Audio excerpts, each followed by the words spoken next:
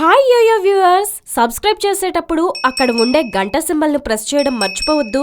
Garuda Express, an international courier service.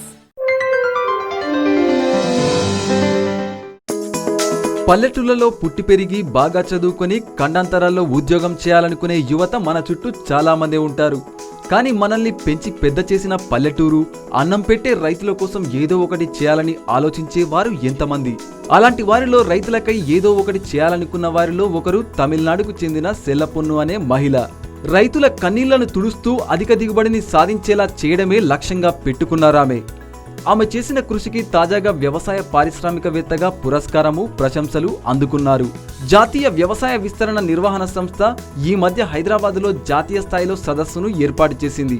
నిజానికి నాకు award వస్తుందని ఊహించలేదని, రావాలని నేను కష్టపడలేదని చెప్పుకొచ్చింది సెల్లపొన్ను. తనకు వచ్చే ₹1,00,000 జీతం వదులుకొని గ్రామీణ రైతులకు సాయం అందించడం చాలా సంతృప్తినిస్తుందని చెప్పుకొచ్చింది సెల్లపొన్ను.